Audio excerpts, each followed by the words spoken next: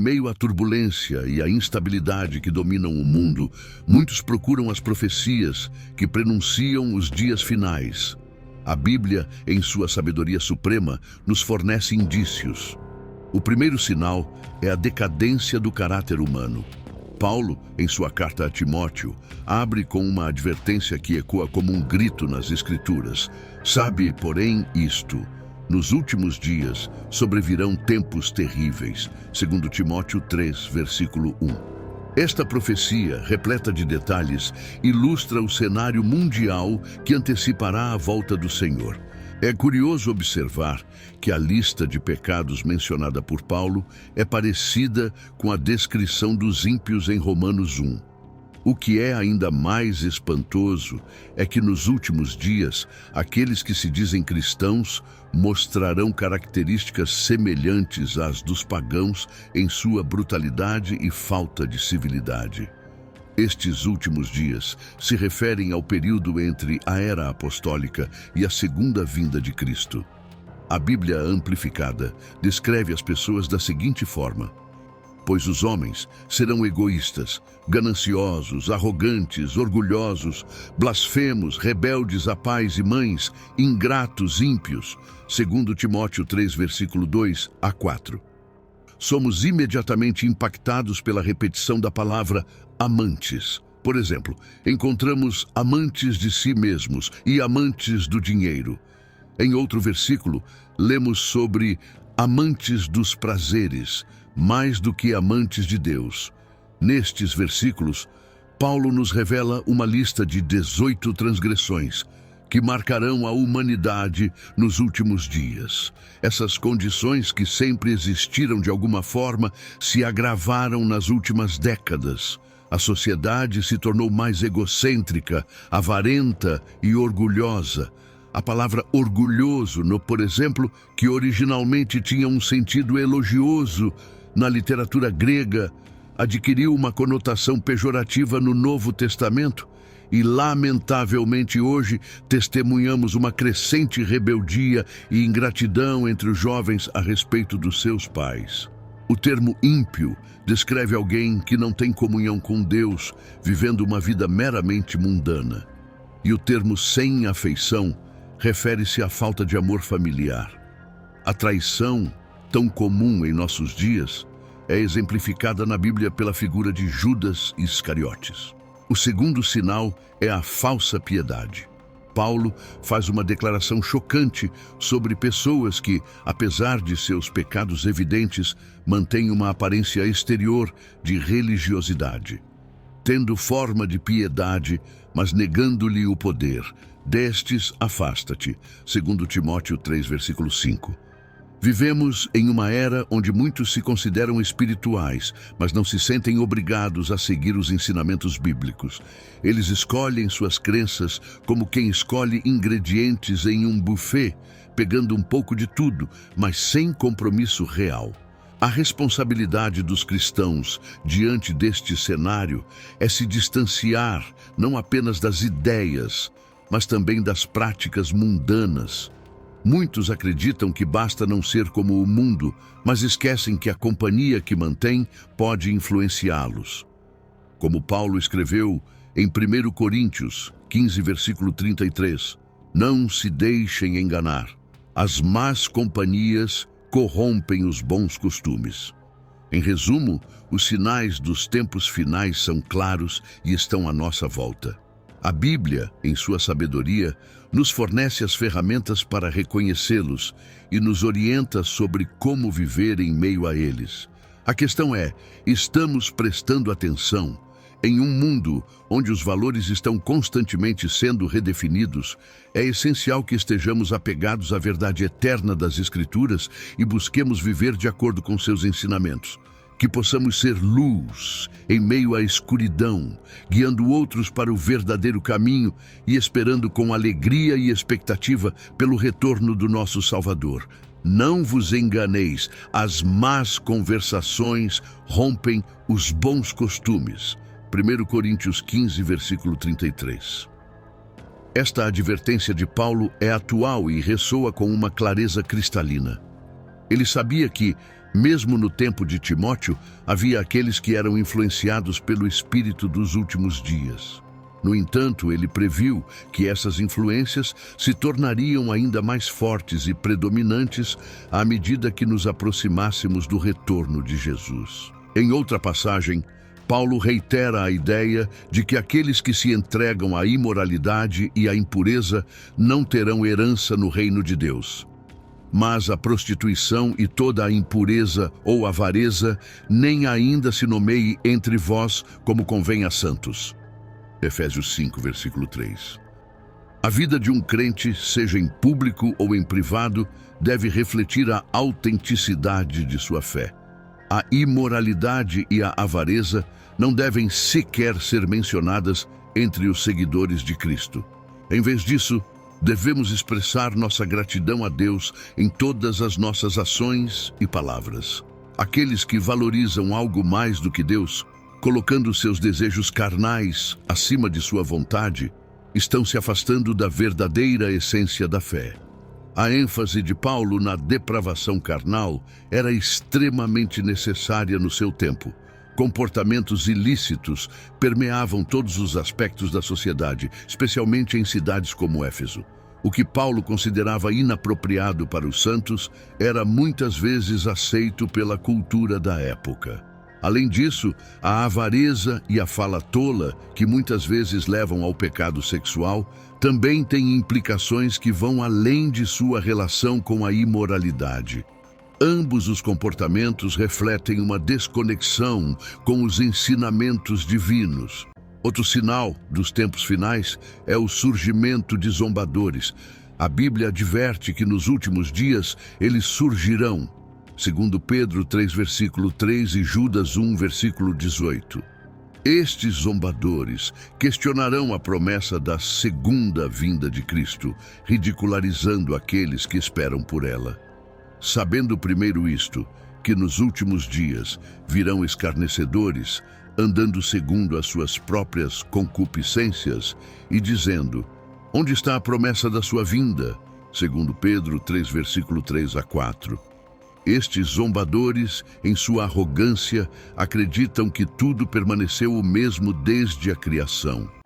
No entanto, como cristãos, não devemos nos surpreender com tais zombarias. Pedro nos alertou sobre isso. A cada vez que um zombador nega a verdade da revelação, ele apenas reforça nossa convicção na verdade que ele tenta negar. Estes zombadores, movidos por seus próprios desejos, têm um problema claro com a autoridade de Deus e sua palavra.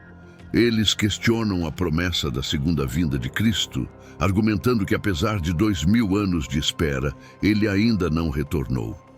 Eles se apegam à ideia de que tudo sempre foi como é agora, negando a intervenção divina na criação e na história. Pois, de propósito, esquecem que desde a antiguidade houve céus e terra unida da água e constituída pelas mesmas palavras, e que pela água o mundo de então foi submerso e destruído. Segundo Pedro 3, versículos 5 a 6. Estes zombadores, em sua presunção, muitas vezes esquecem que o mesmo Deus que criou o mundo com sua palavra também prometeu julgar e destruir os ímpios. A misericórdia e a paciência de Deus não devem ser confundidas com inação. Ele tem um plano, e esse plano se desdobrará no tempo divinamente designado. Assim, enquanto os zombadores continuam em sua zombaria, nós, como crentes, devemos permanecer firmes em nossa fé, confiantes na promessa de Deus e esperando com alegria e expectativa pelo dia em que Ele retornará. Em meio à agitação e incerteza do mundo, a Bíblia nos oferece uma perspectiva clara sobre o caráter e os planos de Deus. Muitos zombam da ideia de um julgamento divino, argumentando que, como nunca viram tal evento em grande escala, ele nunca ocorrerá. No entanto, eles convenientemente esquecem a criação divina e o julgamento que Deus trouxe sobre a terra nos dias de Noé. Pois antigamente os céus e a terra existiam pela mesma palavra de Deus. A terra foi formada da água e pela água. e pela água o mundo daquela época foi submerso e destruído. Segundo Pedro 3, versículos 5 a 6. O dilúvio foi uma demonstração clara de que vivemos em um universo moral, onde o pecado não ficará impune para sempre. Jesus, em sua sabedoria, usou o dilúvio como uma analogia para o julgamento vindouro. No entanto, muitos optam por ignorar essa lição. A mesma palavra divina que deu origem à criação e trouxe o julgamento do dilúvio, promete um novo julgamento, desta vez por fogo e não por água. Esta promessa serve como um lembrete contínuo de que Deus é justo e que a impunidade não durará para sempre. Mas, amados, não ignoreis uma coisa, que um dia para o Senhor é como 1000 anos e 1000 anos como um dia. Segundo Pedro 3, versículo 8. Esta passagem nos mostra a eternidade de Deus e como Ele percebe o tempo de maneira diferente dos seres humanos. O que pode parecer uma eternidade para nós é apenas um momento para Deus. A aparente demora de Deus em cumprir suas promessas não é um sinal de relutância ou esquecimento. Pelo contrário, é uma manifestação de sua paciência e misericórdia, dando a todos a oportunidade de se arrependerem. O Senhor não retarda a sua promessa, ainda que alguns a tenham por tardia, mas é longânimo para convosco, não querendo que alguns se percam, senão que todos venham a arrepender-se. Segundo Pedro 3, versículo 9. A perspectiva divina do tempo é diferente da nossa. Para Deus, um dia pode ser como 1000 anos e 1000 anos como um dia. Esta visão eterna do tempo nos lembra que Deus opera em um cronograma que vai além de nossa compreensão finita. A paciência de Deus não deve ser interpretada como inação. Ele tem um plano divino que se desenrolará no tempo perfeito. Muitos cristãos, olhando para trás em suas vidas, sentem gratidão por Jesus não ter retornado antes, reconhecendo a misericórdia de Deus em permitir-lhes mais tempo para crescer e amadurecer em sua fé. A essência do coração de Deus é revelada em Ezequiel 33, versículo 11. Digo-vos que assim não é a vontade de vosso Pai que está nos céus, que um destes pequeninos se perca. Deus deseja que todos se voltem para Ele e vivam. No entanto, a Bíblia também nos adverte que o dia do Senhor virá como o ladrão de noite, segundo Pedro 3, versículo 10. A segunda vinda de Jesus será inesperada e pegará muitos de surpresa. O mundo será transformado e aqueles que não estiverem preparados serão pegos desprevenidos. Desde o Jardim do Éden, sempre houve zombadores que ridicularizam as verdades de Deus. Tanto Pedro quanto Judas alertaram contra falsos mestres que desejavam desviar outros da verdade. Estes zombadores, em sua arrogância, negam as verdades das Escrituras e atraem outros para seus erros. A palavra de Deus nos chama a estar vigilantes e preparados, não sendo enganados por aqueles que zombam e rejeitam a verdade divina. Em vez disso, devemos nos apegar firmemente às promessas de Deus, esperando com expectativa e alegria pelo dia em que Ele retornará e estabelecerá seu reino eterno. Desde os primórdios da humanidade, Satanás tem usado a zombaria como uma ferramenta para semear a dúvida no coração do homem. Será que Deus realmente disse? Gênesis 3, versículo 1.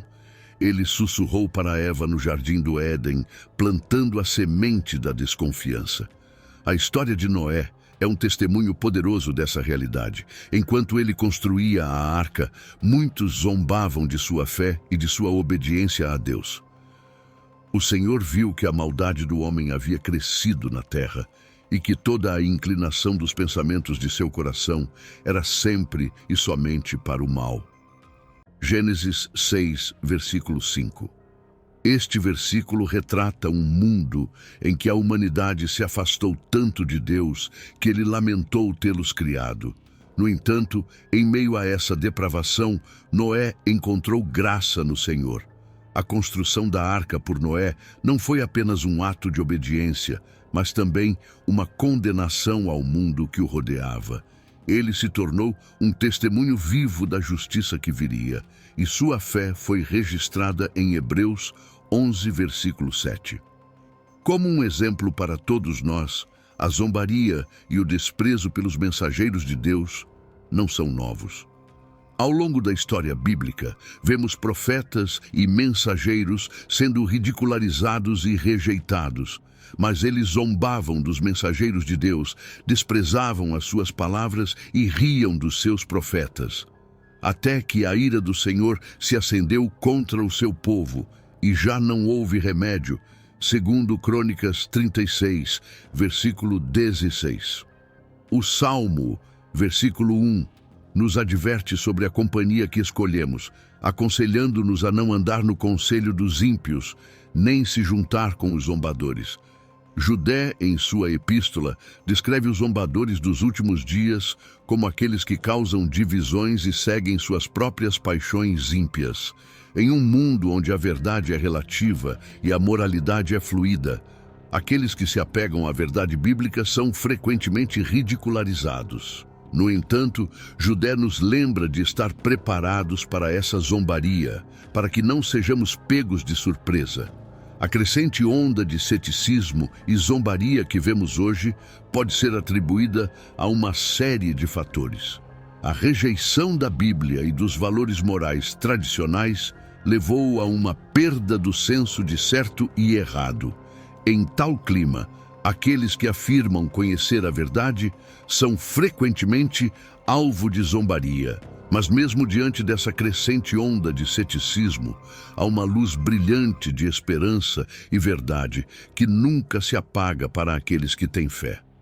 O futuro não é uma fonte de medo, mas uma promessa de redenção e renovação. A Bíblia nos assegura que, mesmo em meio às tempestades da vida, Deus está no controle e tem um plano para cada um de nós. Porque sou eu que conheço os planos que tenho para vocês, diz o Senhor. Planos de fazê-los prosperar e não de causar dano. Planos de dar a vocês esperança e um futuro. Jeremias 29, versículo 11. Esta promessa nos lembra que, independentemente das circunstâncias atuais, há um propósito divino em ação. Deus, em sua infinita sabedoria, já traçou o curso dos eventos futuros. E quando a Bíblia fala sobre o que ocorrerá, podemos confiar nela com todo o nosso coração. Em resposta às profecias bíblicas, somos chamados a uma vida de obediência, adoração, proclamação e serviço. Cada crente é encorajado a viver de acordo com os ensinamentos de Deus, refletindo seu amor e graça. Em um mundo onde a verdade é distorcida e os valores são invertidos, é imperativo que os crentes permaneçam firmes em sua fé. A zombaria e o ceticismo podem ser barulhentos, mas a verdade de Deus ressoa mais alto e mais claro para aqueles que têm ouvidos para ouvir. E enquanto aguardamos o retorno prometido de Cristo, somos chamados a ser luzes neste mundo, refletindo a esperança, o amor e a verdade de Deus em meio à escuridão. Cada dia é uma oportunidade para viver de acordo com a vontade de Deus, para testemunhar sua bondade e para preparar nossos corações para o dia em que Ele retornará para reivindicar seus filhos. Portanto, em meio às zombarias e desafios deste mundo, que possamos nos apegar firmemente à promessa de Deus, encontrando alegria e propósito em cada momento e olhando com expectativa e esperança para o futuro glorioso que Ele preparou para aqueles que o amam.